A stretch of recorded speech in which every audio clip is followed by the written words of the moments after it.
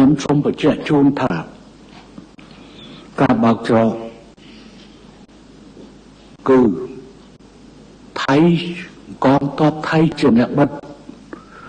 ដូច្នេះកងទ័ពថៃត្រូវតែជាអ្នកបើកដោយកម្ពុជាមិនត្រូវចរចាទៅលើបញ្ហានេះទេមានសំណើសូមឲ្យមានការចរចាក៏ប៉ុន្តែតើវាស័ក្តិសមទេសម្រាប់ការចរចារឿងបែបនេះការ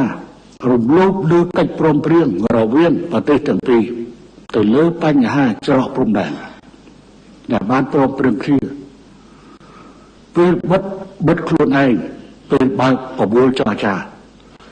ដើម្បីកុំឲ្យបាក់មុខខ្លួនទាញកម្ពុជាយកទៅបាក់មុខជាមួយកម្ពុជាជាប្រទេសដែលមានកិត្តិយសមានសក្តិថ្លៃថ្នូរហើយចេះទទួលខុសត្រូវសង្ឃឹមថាភាគីថៃនឹងត្រូវចេះទទួលខុសត្រូវក្នុងករណីខ្លួនបានប្រព្រឹត្តហើយខ្លួនមកដាក់លក្ខខណ្ឌចរចាដើម្បីបើកកម្ពុជាអត់ទទួលយកបានទេហើយសូមបងប្អូនប្រជាជនថៃសូមកុំបន្ទោសរដ្ឋាភិបាលកម្ពុជាក្នុងការបិទច្រកដូងដែលហាមឃាត់នៅការដឹកផ្លែឈើនិងការ